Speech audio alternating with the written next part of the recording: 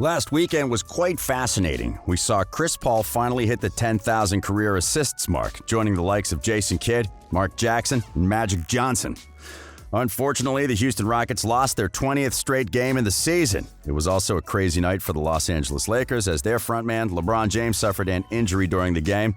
When will LeBron James get back to playing? What other players suffered a major injury during the weekend? Is Aaron Gordon leaving the Orlando Magic? Well, let's find out. Welcome back to Courtside, where we'll get you all the buzzing NBA news. Don't forget to hit the subscribe button if you haven't, and also share this video with your friends.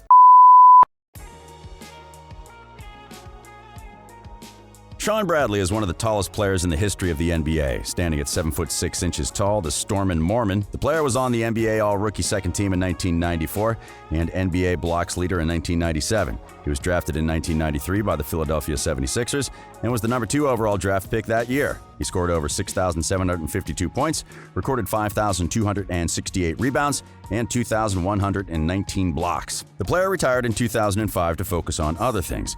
However, earlier this year, the former NBA star was paralyzed after a bike accident near his home. The accident was so bad that it left Shawn paralyzed, a traumatic spinal cord injury in his neck. Just recently, a former football player is offering the former NBA star some advice. Interestingly, Eric LeGrand suffered a similar fate in 2010 during a football game against Army. The injury severely affected Eric's spinal cord and consequently forced him to stop playing. In an interview with TMZ, Eric reminded Shawn Bradley that his life wasn't over, that he could still make an impact on the world in very interesting ways. Eric said to the website, "People think when spinal cord injuries happen that life is just over. And in the beginning, when you go through an adjustment period, you are going to have those moments, and it's understandable." Eric added that Shawn Bradley would slowly get used to the life, even though it would be quite hard for a while. He would realize that there are ways he can still make a difference. Conclusively, Eric sent his thoughts and prayers to Shawn and his family, wishing him luck in all his future endeavors. In the same vein, the Dallas Mavericks, where Shawn spent most of his career, announced his injury last week. The team said in an official statement, Bradley asked to convey his deep appreciation for the outpouring of well wishes and prayers he has received from family, friends, and fans. Their support has energized his recovery and bolstered his confidence that he will manage the long process ahead successfully. We sincerely wish the player a speedy recovery.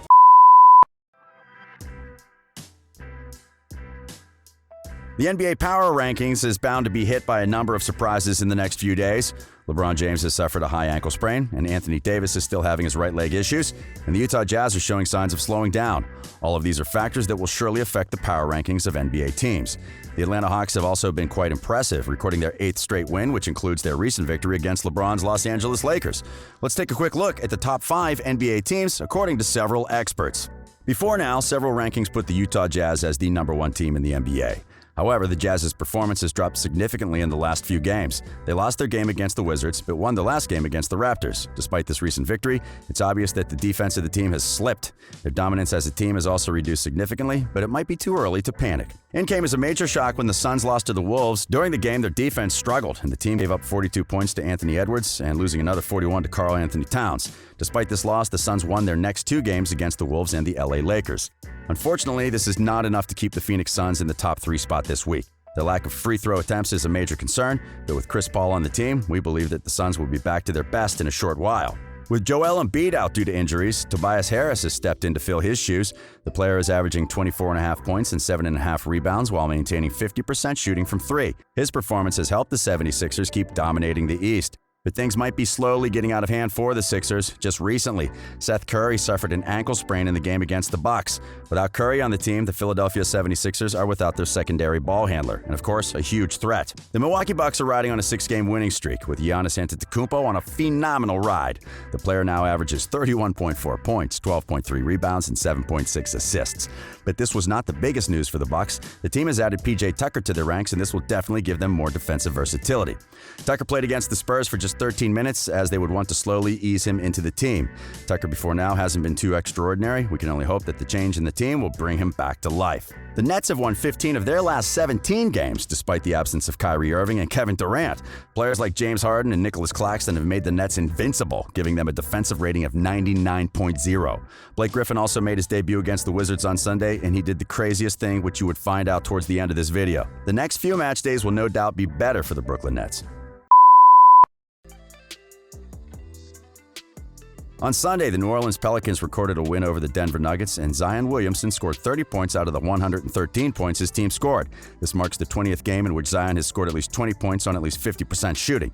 This is an impressive record that ties him to Karl Malone, who has the second longest streak in the NBA. The first is Shaquille O'Neal. According to stats by ESPN, Shaquille has recorded 25 games where he scores at least 20 points from at least 50% shooting. It's only a matter of time before Zion reaches 25 games. Over 20 games, which started from the 6th of February, Zion has attempted 328 shots, of which 315 came from inside the paint. It should also be noted that 284 of these attempts happened from inside the restricted area. If Zion maintains this consistency in the court, he will be sitting next to O'Neal on the record board very soon. We should also remember that Zion has the skill, power, and speed that allows him to score on his own terms, while also being disciplined enough to know which shots to take. Honestly, it would not come as a surprise if he manages to slip one past Shaquille O'Neal.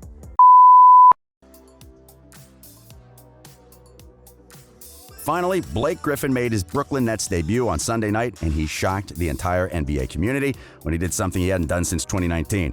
He threw down a dunk. Now, you might be wondering why this dunk is having everyone excited, since Blake is a 6-time All-Star and former Slam Dunk Contest winner. Here's why it's crazy.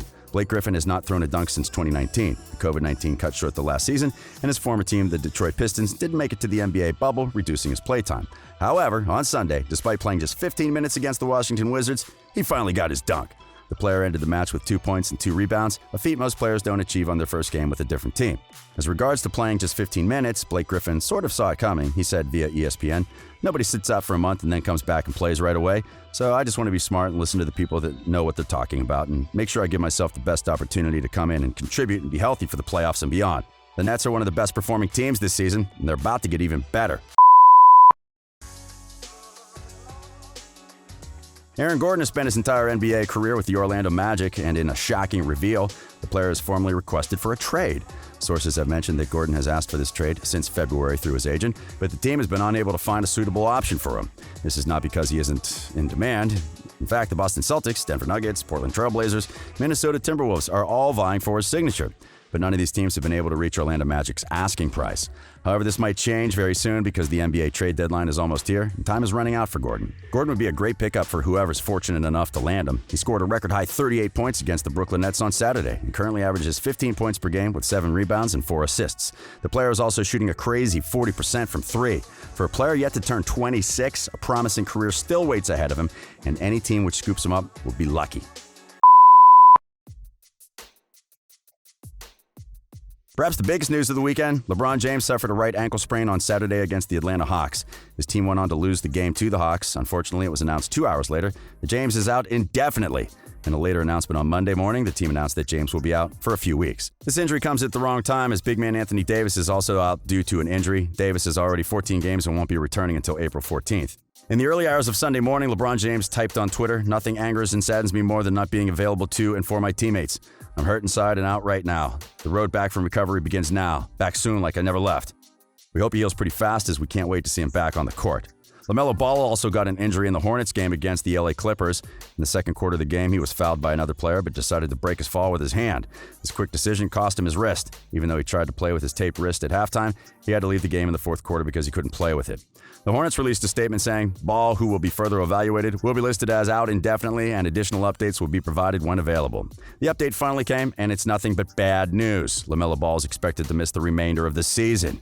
The team will surely look out for a second opinion, but we don't expect to see any major difference. Will the Lakers survive without LeBron James and Anthony Davis? Will Aaron Gordon get the move he's been dying to have? Tell us what you think in the comments section. Thank you for watching, and until next time, we are Courtside.